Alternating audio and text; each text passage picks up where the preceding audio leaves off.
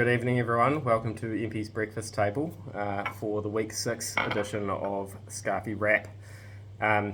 This week, it's the Rugby World Cup edition, as you can see from my attire. So what we'll be doing this week is equating each of your teams with the closest approximation that we can get to one of the teams from the Rugby World Cup. So without further ado, let us begin, and we're going to start with the minnows. So first cab off the rank is Max.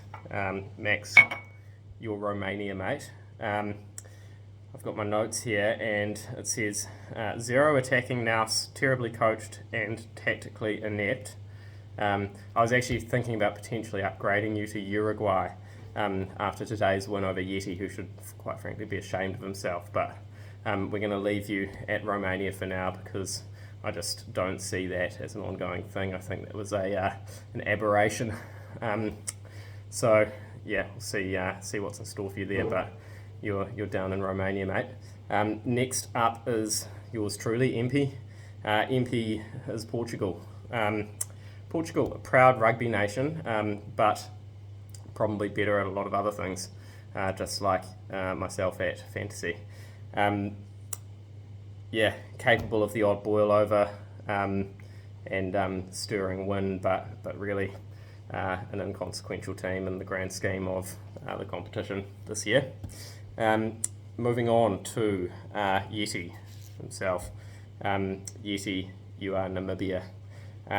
Basically, you just allow teams to rack up points against you, and you're bending over and taking it at this point, mate.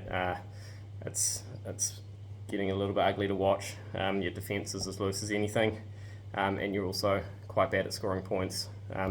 Well-liked team, but that's about all I can say at this point. Fanatical auto-drafter, you are Samoa. So very passionate fan base, obviously, and can be quite vocal at times. So can definitely see the parallels there. Could say often subject to unconscious bias, such as the unconscious bias levelled against you by the auto-draft algorithm. Didn't work for you this year, it's obviously worked for Ezra. So yeah, again, not much hope of challenging for the Poo Bowl, even for you. So we'll move on now to the Tier 2 nations. So Randy / Shit Show, coming in as Fiji. Obviously a very popular team, some might say the people's team. Obviously quite streaky, capable of causing great upsets against sort of Tier 1 nations, as we saw, but really too inconsistent, I think, to keep it going for the whole season and challenge for the title. Could be in with a good shot of winning the Poo Bowl though. But yeah, doesn't really have the deep bench and the firepower to yet play with the big boys, although he's got high aspirations. So keep working on it, mate, and hopefully next World Cup / next competition, you'll be up there. All right, moving on to Agar. Agar, A for Agar, A for Australia. This is a terribly managed team. Taking losses to some teams that they just should really be beating, that they should be better than. I think at this point they've lost the hearts and minds of the people, and they really need to restore some pride in the jersey. So it's onwards and upwards here for Australia, but they've pretty much hit rock bottom at this point in the season. I can't even recall if they had a win today or not, but what does it matter really? In the middle of the table, and yeah, not going upwards fast. Now on to the sort of Tier 1 nations, or the heavyweights, and this first entry actually was probably more of a hybrid between your Tier 2 and your Tier 1, but just squeaking in here is Fish as Argentina. So the reason for that is he sort of essentially remains a little bit of an unknown quantity at this point. It's clear that it's a very well managed, well coached team, making the most of what are actually at this point, I think, some fairly meagre resources. but he's still in the game, and I think we're going to see him sort of hang in there and remain in the game and potentially peak at the right time. So, that's my pick anyway. But he's going to have to do some serious work on his RB room, and yeah, he's looking a little bit one-dimensional at the moment, similar to Los Pumas themselves. Right, so moving on to Qatar, the champ, self-proclaimed. Qatar is England. Now, I don't know how Qatar has made it this far in the comp with the winning record that he's got, 4-2. So, the only thing that can be said about that is that he's had the biggest cupcake schedule of all managers, just to scrape by with these W's week in, week out, without actually putting in a great or stirring performance himself. But he's getting it done, and as with Fish, he's still in the game. Look, whether he can keep that up over the back end of the season against the real powerhouse teams, I personally doubt that. It's not a fashionable team this year. But yeah, as I say, he's finding a way to grind it out at this point. I think he's had a loss today, so that might be the beginning of the end for the glory days of Qatar. So yes, we shall see. Right, now we're into the real pointy end. Starting off with the Bondi Snakes. The Bondi Snakes, the closest approximation I can make to them would be Ireland. Obviously one of the most powerful teams in the world in the last year.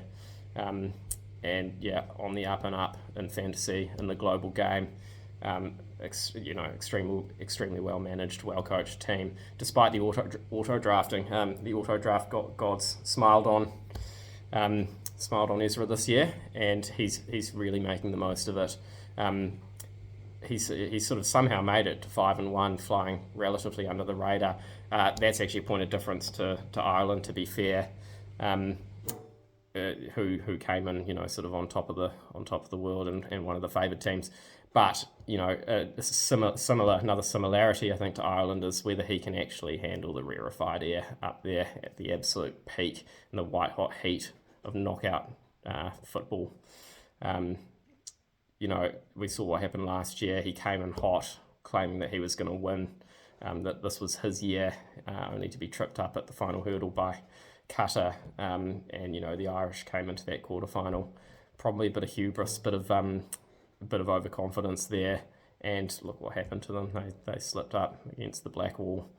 I can see Ireland and Ezra sort of beginning to develop a bit of a monkey on their back. If Ezra can't kick on at this point of the season from 5-1 and really make something of this, it's going to become a gorilla on his back, and I think we're only going to see a team on the decline in future years. Moving on to the Gutterbound Durry-Butts. Right, so France. The Gutterbound Durry-Butts are France. Host of the tournament, commissioner, one of the favourites, really strong team across the board, whole lot of flair, whole lot of power, making good trades, making good moves. But at the end of the day, can they put it all together again in that white hot heat? They've never won before, never won a World Cup, never won a fantasy championship. So is he going to struggle? Are they going to struggle to cope when it really comes down to the crunch? I think that might be what we see. But I hope I'm proven wrong. I like the team, like the manager, but I think they might just trip up at the final hurdle there if I had to pick it. Now we're down to the absolute cream of the crop. Hoff, Spicy Bijan Mostert, aka South Africa. Probably the strongest team in the competition, and probably the most likely team to win, but also the team that nobody really wants to see win. He's got deep experience in knockout competitions, obviously. been there before, been to the top of the mountain multiple times, knows how it's done, knows how to win, and knows how to get back there. So, to bet against Hoff at this point in the season, you'd have to be a brave man. This team is the gatekeeper to the championship, and if anyone wants to win, they're going to have to go through this team. So, good luck to whoever comes up against Hoff. He's definitely beatable, but it's going to be tough. Which brings me to the final team, and that's Matusas. And Matusas, closest approximation that I can make to Matusas / Skynet / Cowboys Donkey D / whatever else he's called is New Zealand. Again, he's got the experience in knockout competitions, knockout rugby, knockout football. He's won it before. He knows how it's done. He's got good management of this team. There's probably not quite the same firepower or aura that has surrounded the team in years gone by. Especially in, I think, these sort of a couple of years ago when it was just an absolutely the Harlem Globetrotters of fantasy, similar to the 2015 All Blacks. But he's actually sort of flying slightly under the radar this year, and as have the All Blacks been. And I think he's probably about to reveal himself as a real contender, someone who's probably been keeping receipts, just like Ardie Savea. He's got a point to prove this year, and I can see the laser focus in the moves that he's been making. And he's playing for his team, playing for his teammates, playing for his coach.